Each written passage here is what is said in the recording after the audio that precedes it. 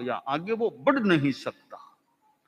और परिणाम यह आता है वापिस उसे नीचे उतरना पड़ता है, वापिस वह नीचे के गुणस्थान में आ जाता है। परंतु जो आठवें गुणस्थान से सपक श्रेणी का रास्ता लेता है वो नीचे नहीं गिरता वापिस। 9वां 10वां का 10वें से सीधा 12वें गुणस्थान में जाता है, 11वें गुणस्थान का स्पर्श ही नहीं करता। और 12वें गुणस्थान में पूर्णतया अकसाय कसाय आश्रव बिल्कुल नहीं रहा, 4 आश्रव निरुद्ध हो गए। 13वें गुणस्थान में केवल ज्ञान, केवल दर्शन, अंतराय कर्म भी नहीं। और 14वां गुणस्थान आता है, वह 13वें गुणस्थान में सहयोगी केवली गुणस्थान यानी योग, वहां चंचलता रहती है। और बाद में वो जीवन काल के अंतिम थोड़े से समय में 14वां गुणस्थान वो अयोगी केवली गुणस्थान, वहां मन वचन काय की प्रवृत्ति नहीं होती, पांचों ही आश्रव निरुद्ध हो चुके होते हैं। तो ज्यों ज्यों ये आश्रवों का निरोध हुआ त्यों त्यों गुणस्थान का ग्राफ ऊपर चढ़ता गया।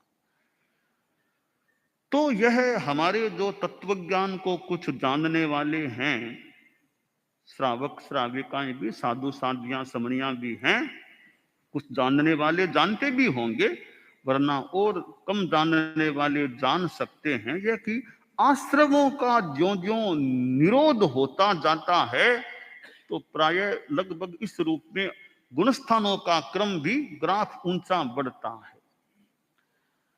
और पहला गुणस्थान है वो एकदम पहली सीढ़ी में है, पर वहां मिथ्यात्वी होने पर भी जितना जितना गुण है, जितना जितना सम्यक रूप है, थोड़ा थोड़ा अंश में भी उतना भी गुण है उसका। पहले गुणस्थान में भी थोड़ा बहुत तो अवबोध भी है, जानकारियां भी है, थोड़ा बहुत सदाचार भी पहले गुणस्थान वाले में हो सकता है। तो पहले गुणस्थान में भी जीव में कुछ गुणवत्ता होती है। खैर, मैंने जो ये भगवती सूत्र का अभी पाठ पढ़ा था वह 14वें गुणस्थान से संबंधित बात है। प्रश्न यह किया गया कि वो शैलेशी 14वें गुणस्थान की जो स्थिति है वो शैलेशी अवस्था है, यानी मेरु पर्वत जैसी, मेरु शैलेश, मेरु पर्वत जैसे अप्रकंप अडोल होता है, वैसे 14वें गुणस्थान में मनुष्य साधु है वो बिल्कुल अडोल हो जाता है। मैंने प्रेक्षा ध्यान में कहा या कहता हूं भी निश्चल शरीर को स्थिर रखें। अब 14वें गुणस्थान वाले को कहने की जरूरत नहीं है कि शरीर को स्थिर रखो, चंचलता मत रखो, बोलो मत, मन को कंट्रोल में रखो। या 14वें गुणस्थान वाले को कहने की, निर्देश देने की जरूरत नहीं है। वो चिंतन करता ही नहीं है, वो बोलता ही नहीं है, वो शरीर का हलन चलन करता ही नहीं है। शैलेशी अवस्था, मेरु पर्वत जैसे अडोल, पूर्णतया स्थिरता 14वें गुणस्थान वाले साधु में होती है। तो 14वें गुणस्थान की जो स्थिति है वो शैलेशी, वह एजन व्यजन चलन स्पंदन घटन ऐसा कुछ होता है क्या उसमें, कुछ स्पंदन चलन होता है क्या? तब उत्तर दिया गया कि ऐसा नहीं होता, मात्र एक अपवाद है। कोई दूसरा उसको, जैसे कोई साधु 14वें गुणस्थान में है, कोई धक्का दे के गिरा दे उसको तो मान लो वो चंचलता हो गया, बाकी अपने आप उसमें कोई चंचलता नहीं होती। तो भगवती सूत्र में कहा गया है नन्नथेगेणम परप्रयोगेणम, एक परप्रयोग को छोड़कर बाकी उस 14वें गुणस्थान वाले साधु में कोई चंचलता नहीं होती। परप्रयोग हो जाए, जैसे संभावित रूप में कल्पना कर सकते हैं कोई साधु एकदम ध्यान लीन, सहज ध्यान में लीन 14वें गुणस्थान वाला है, कोई छोटा बच्चा किशोर कोई गयार कोई आया मन में साधु को बैठे को धक्का दे दिया, हिलाया उसको, तो हिलाया तो साधु का शरीर हिल भी गया, ऐसा तो संभव हो सकता है। तो दूसरे के द्वारा कोई प्रयोग किया जाए तो वो साधु हिल सकता है, इधर से उधर हो जाए, बाकी अपने आप उसमें कोई चंचलता नहीं होती, पूर्णतया स्थिरता होती है। ध्यान साधना करने वालों को यह स्थिरता का निर्देश दिया जाता है। तो स्थिरता का कोई आदर्श साधु है तो 14वें गुण स्थान वाला साधु स्थिरता का उदाहरण है। उससे ज्यादा तो स्थिरता किसमें हो पाएगी? तो स्थिरता कैसी, हालांकि संभव नहीं है अभी वो होनी, आदर्श है कि स्थिरता देखनी हो तो 14वें गुण स्थान वाले साधु में देखें, जहां कोई मन का विचार नहीं, चिंतन नहीं, स्मृति नहीं, कल्पना नहीं, कोई वाणी का प्रयोग नहीं, वो नवकार मंत्र का उच्चारण भी नहीं करता। 14वें गुणस्थान वाला साधु नवकार मंत्र का भी पाठ नहीं करता।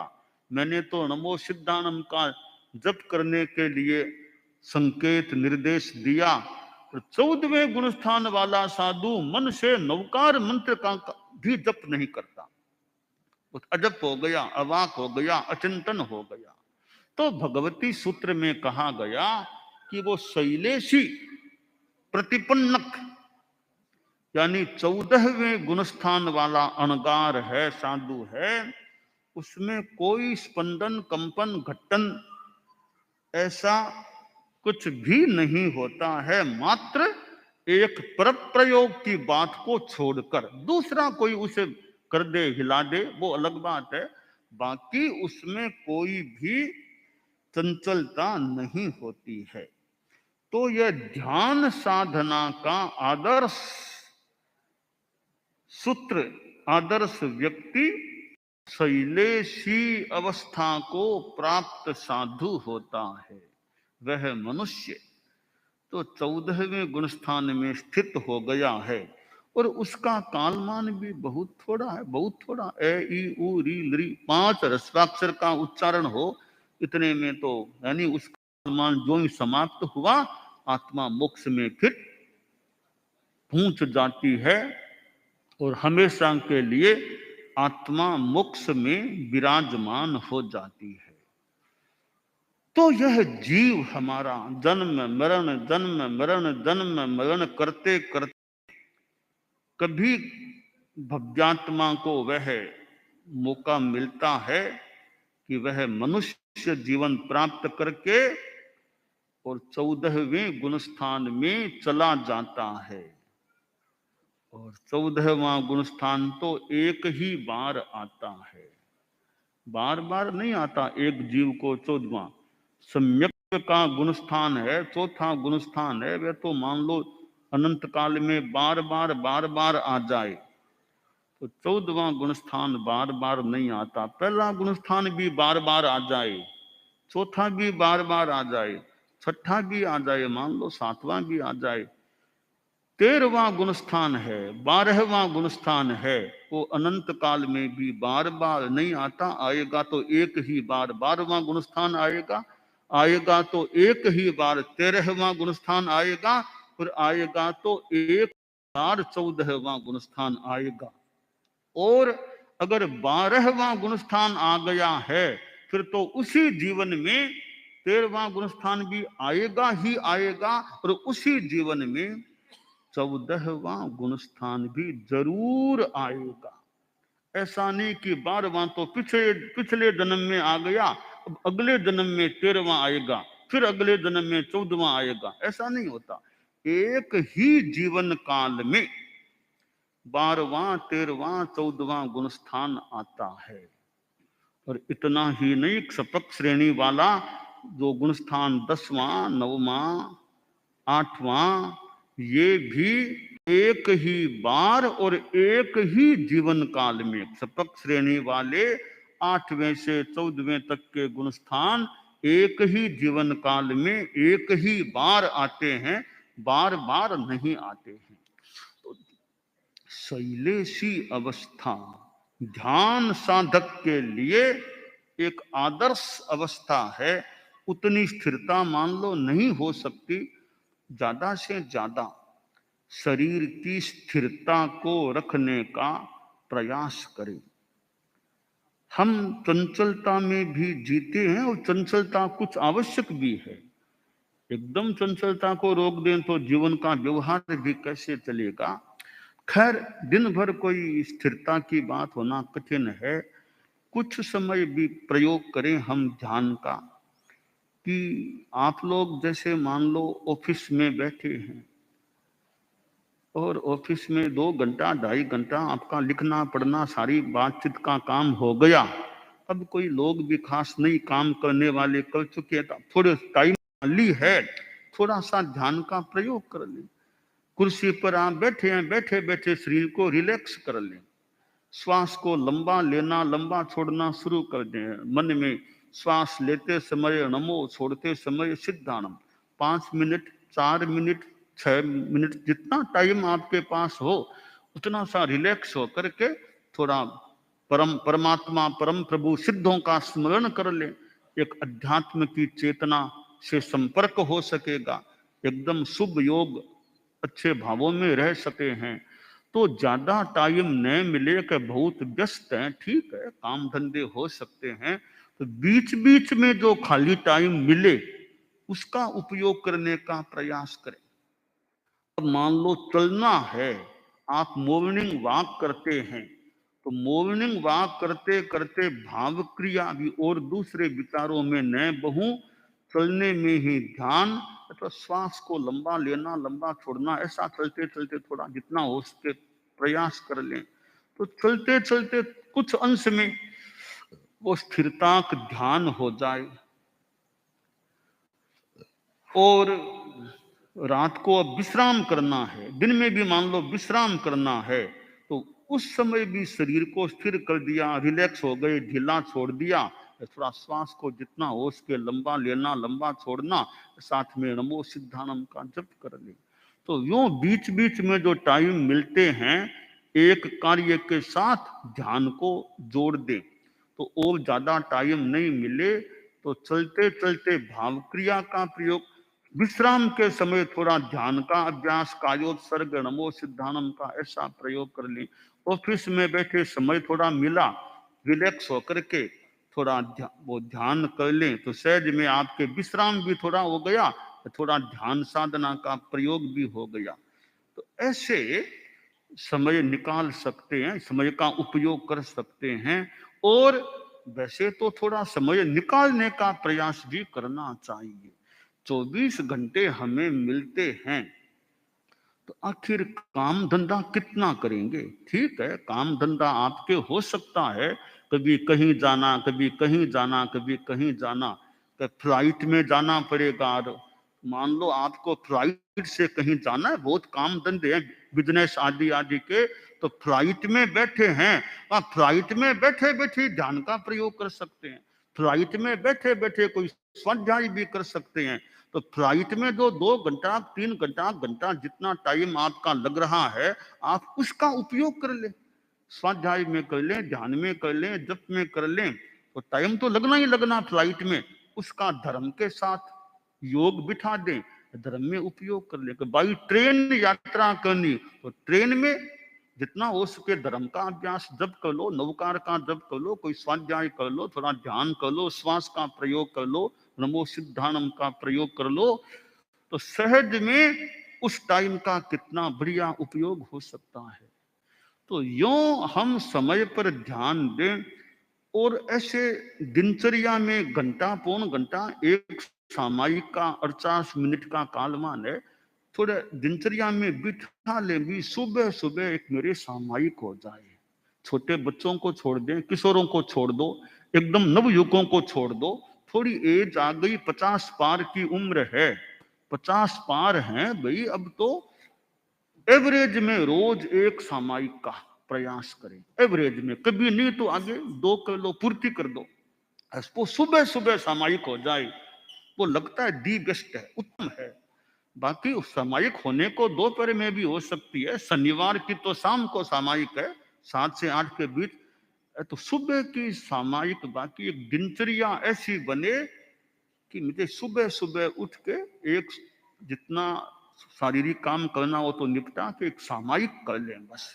वो सुबह की सामायिक तो मानो अमृत है। जैन नेक्स्ट वाले भी लोग आए बैठे होंगे, सुबह सुबह टाइम मिल जाए, सप्ताह में एक हो जाए भले, सुबह सुबह की सामायिक है। सामायिक रोज ने वो तो सुबह सुबह 15-20 मिनट का भी थोड़ा जप आदि कर लें, तो सुबह सुबह का वो जप है, सामायिक है, एक प्रकार से मानो अमृत है। सुबह सुबह वाला अपना बढ़िया काम धर्म का हो जाए, बाद में और काम धंधे मान लो आदमी के होते हैं।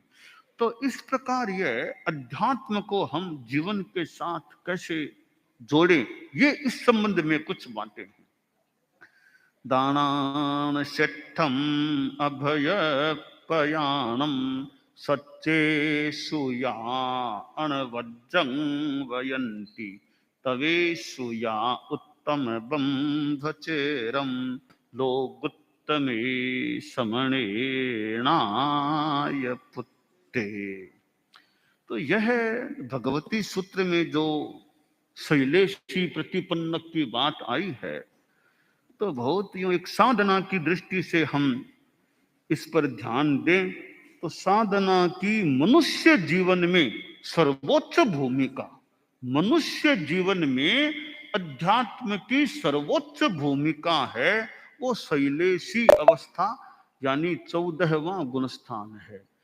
साधु तो और भी हैं, नीचे वाले 13वें गुणस्थान में है, वो भी साधु है, वो तो केवल ज्ञानी ही है। तो वो केवल ज्ञानी है तो 13वें गुणस्थान वाला तो परोपकार का काम भी कर सकता है भी, उपदेश देना, व्याख्यान देना, किसी को ज्ञान देना, वो काम 13वें गुणस्थान वाला कर सकता है। 14वां गुणस्थान वाला साधु वे काम भी नहीं करता, वो ऊंची भूमिका में चला गया। अब उसके लिए व्याख्यान और सब ये बातें बहुत गौण हो गई। तो 13वें गुणस्थान में जो केवल ज्ञानी साधु है, वो परोपदेश, प्रतिबोध देना, ये काम कर सकते। तीर्थंकर जो होते हैं 13वें गुणस्थान में कितनी देशना देते हैं, कार्य करते हैं। जो साधु केवल ज्ञानी भी नहीं हैं, अभी साधुत्व की एक शुरू की भूमिका, जैसे 6ठा गुणस्थान है, तो 6ठा गुणस्थान है तो उसमें भी सर्व सावध्य योग का त्याग हो गया, सर्ववृत्ति आ गई। अब वह साधु है हिंसा, झूठ, चोरी आदि आदि 18 पापों का त्यागी है। वो अपने ढंग से विहार, यात्रा, परोपकार आदि, दीक्षा देना, दीक्षाओं के लिए तैयार करना, लोगों को सम्यक्त्वी बनाने का प्रयास करना, आदि आदि कार्य करते हुए वह साधु अपनी निर्जरा का लाभ भी प्राप्त कर सकता है, साथ में संवर की साधना है। तो यों ये जो 14 गुणस्थान है, 5वें गुणस्थान तक तो साधुत्व है नहीं, 5वें के बाद 6ठे गुणस्थान से साधु की भूमिका शुरू होती है। तो इस प्रकार ये 14 गुणस्थानों की जो बात है, बहुत साधना की दृष्टि से इनका बड़ा महत्व है। तो 14वें गुणस्थान की बात शैलेशी अवस्था की होती है, उसका अपना सर्वोच्च महत्वपूर्ण स्थान है अध्यात्म की साधना की दृष्टि से। ओम।